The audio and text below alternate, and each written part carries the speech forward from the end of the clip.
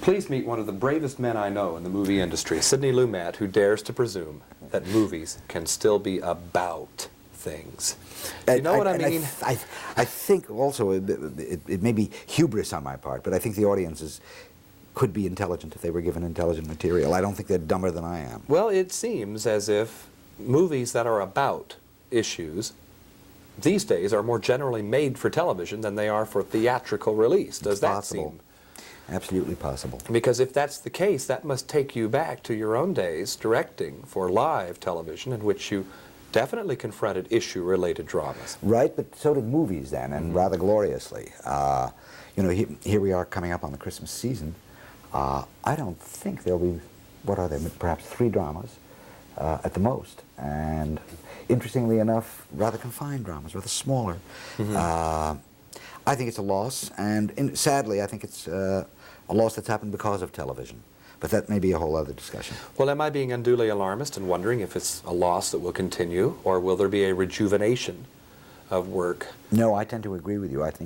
I tend to be pessimistic about it. I think we're on a downhill slide that's going to continue. Well, let's get to the morning after, because in this picture I suspect, and this is my own suggestion, you were on your way to meet a thriller, but along the way you decided, I like these characters so much that I think maybe I'm more interested in them than I am in the mechanics of this plot. What do you think? I think you're almost right. The thing is, on a melodrama, no matter what, you are stuck with the mechanics of the plot. And that's paramount. I think the difference between a drama and a melodrama is that in a drama, the characters create the story. In a melodrama, the characters have to fit into the story.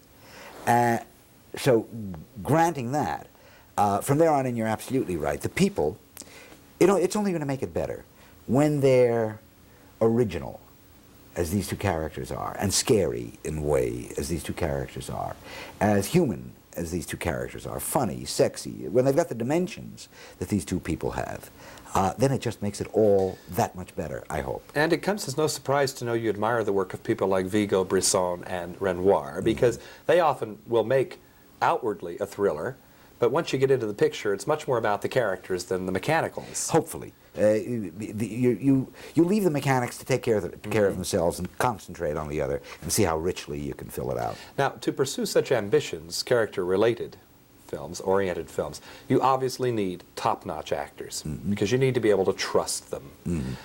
Dream casts like this one, are they easily come by? Does it take a person with your stature, or is it still tough sometimes? No, it's always tough, because you're always fighting that horrible thing of availabilities. Nobody's ever available at the time that you want them. This is one of the few instances where every first choice was available at the time that they were wanted. Wow. I don't know what I would have done if I hadn't gotten Jeff. I didn't have anybody else in mind. Raoul was a shot in the dark, because I've loved his work for so long. We had never worked together, but we knew each other.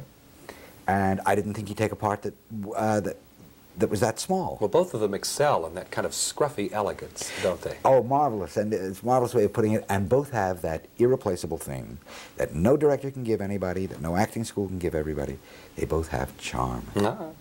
Now, in working with Jane Fonda on this set, did you ever find yourself in your mind's eye going back to 1957 with her father in 12 Angry Men? So many times I can't tell you, because she is her father's daughter.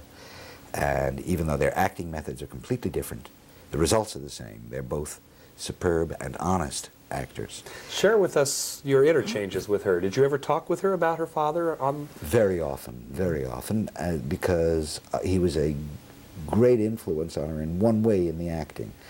I think he taught Jane that the first thing that matters is honesty. And that's a hard lesson to learn, especially when you are as beautiful as Jane, where you can get by with so much more when you've got that body, when you've got that face. You don't have to do anything. You know, all you have to do is show up.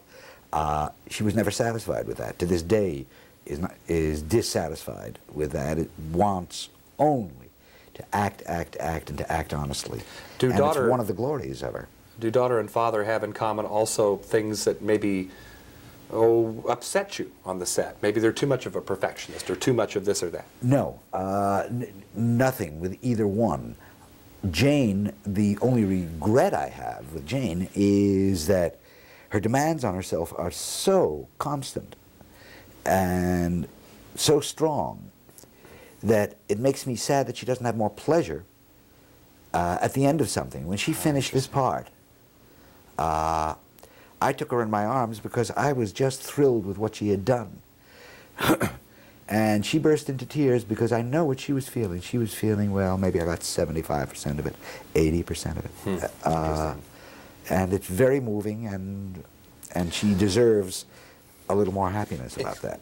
In closing, I wish there's someone else we could embrace and pay tribute to, and that's Andrei Bartkowiak. Isn't that a The beauty? look that he can give your pictures and other pictures as well. You must prize this. Not many cinematographers have such a definite sense of pictorial style. Well, one of the nice things also is I found him. So Please tell me about this. well, I wasn't Prince of aware. the City was his first That movie. was his first one. And they were terrified because it was a very difficult picture, 132 locations, and you don't turn that over to a first cameraman on a first time out. But I knew the minute I saw his work that it was all there. And when you see the rushes, dailies, whatever you call them these days, Both. Was there a look that you collaborated on, or did you trust his eye? No, we work it out in great detail before we ever begin shooting. And starting with the general approach to it, down to specifically scene by scene, and eventually shot by shot. Every once in a while, it looked like a hand-painted image up there. Well, that's lovely. Isn't that nice? Yeah. SIDNEY Lumet. Not only are his movies about something, but they look pretty darn good, too. We're talking about The Morning After in New York City, and I'm John Tibbetts for KCTV5.